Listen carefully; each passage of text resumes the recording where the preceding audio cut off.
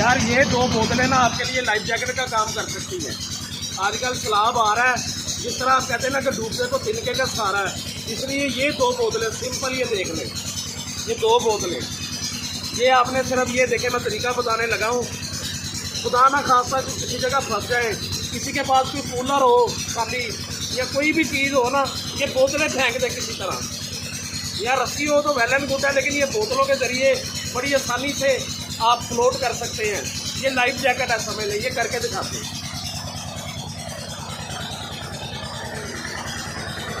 जल्दी जल्दी करें, आसान,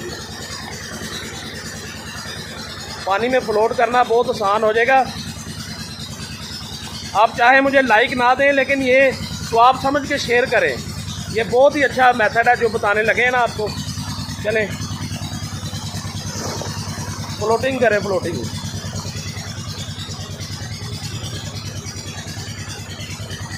ये देखें कितनी आसानी से फ्लोटिंग हो रही है, क्योंकि समझ लें कि आपने लाइफ जैकेट पहनी हुई है। आसान किस तरह महसूस हो रहा है? अच्छा,